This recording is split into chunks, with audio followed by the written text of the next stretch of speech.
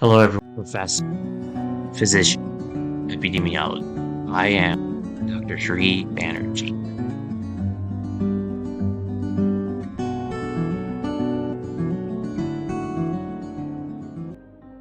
I'm Dr. Sri Banerjee, core faculty for the College of Health Sciences and Public Policy at Walden University. And in this video, I'll be going over some of the more common t-tests. There's actually three types of t-tests. One is the one sample t-test, and then the independent samples t-test, and then paired t-test.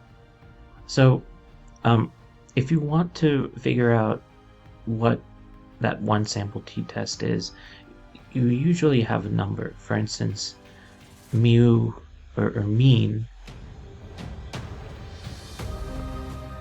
and mean is equal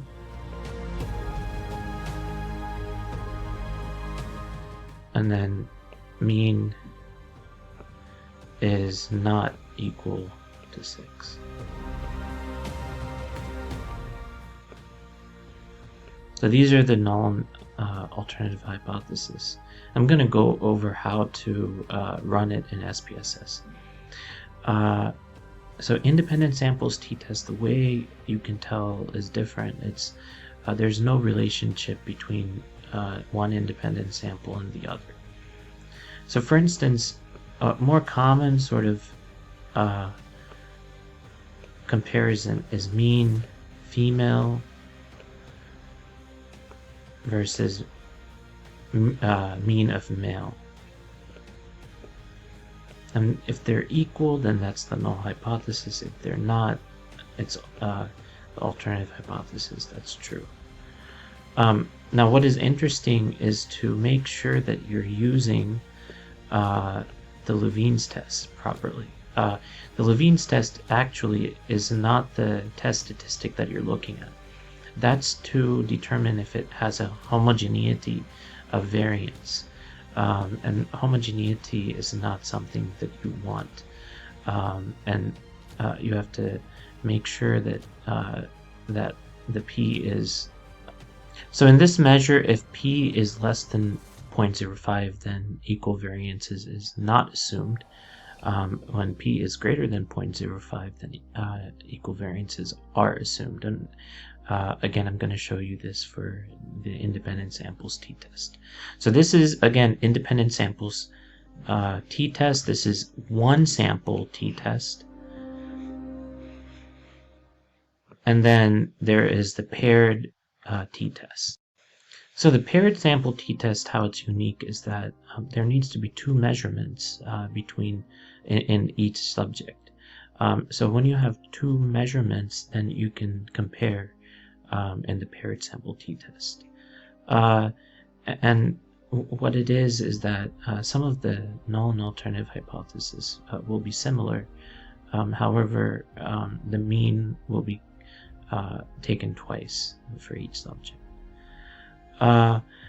So the one that, which one is the one that looks at the Levene's test? Is it the one sample t-test, independent sample t-test, or paired sample t-test? So the Levene's test is more independent samples t-test, and you'll run that more often than the paired sample t-test. Paired, I'm just going to write pair.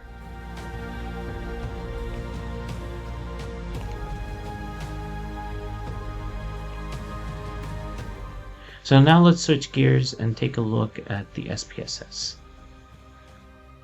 So in this segment, now I'm going to show you some of the more important tests and where to find it in SPSS more importantly.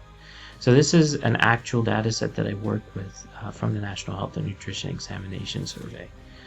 Let me show you some of the areas that are important to look at. So analyze, and then if you look at descriptive statistics, no, it's not there. Compare means, and then let me move the camera here. So under analyze, you have compare means, and then you have one sample t-test.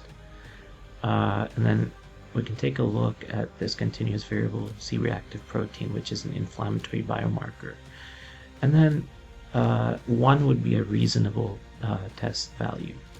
So we're comparing running the one sample t-test, comparing this to an actual number to see if it's equal or not equal. And hit OK. And then you have the one sample t-test. Let's see if it's significant.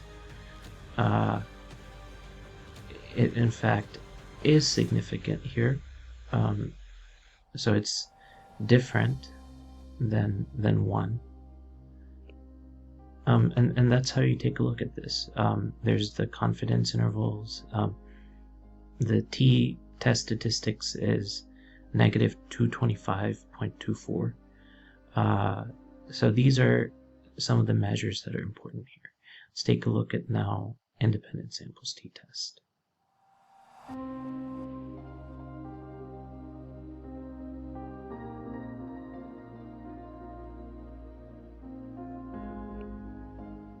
Again, let me move my picture.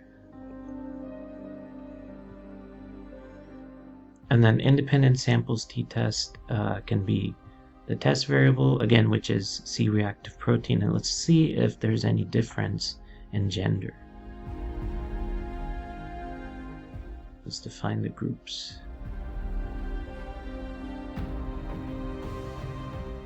Any options that we may need to. Doesn't seem like it. And then now hit OK.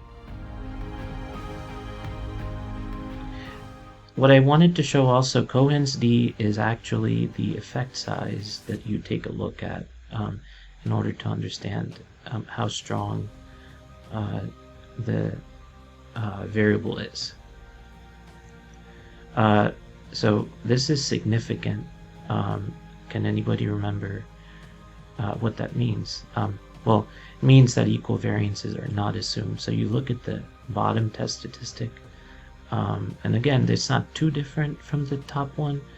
However, it's the bottom test statistic is important because that is where the equal variances are not assumed. But then you have the t-test, which is, or the p-value, which is 0.001. And so this is between males and females, there is a statistically significant difference. That's what this means. So it's important to study inflammatory biomarkers differently between males and females. Now, I am not able to run a paired sample t-test because in this data set, there's not 2 measurements per individual. If you were to run a paired sample t-test, and this is how the table would look like. However, again, for instance, pair 1, variable 1, variable 2, they're looking for 2 measurements. And that's not within the data set I've put together. So there you have it. This is a theoretical underpinning of t-tests, and then I've given you some practical demonstrations in SPSS on how to run t-tests. This has been informative. Thank you for listening.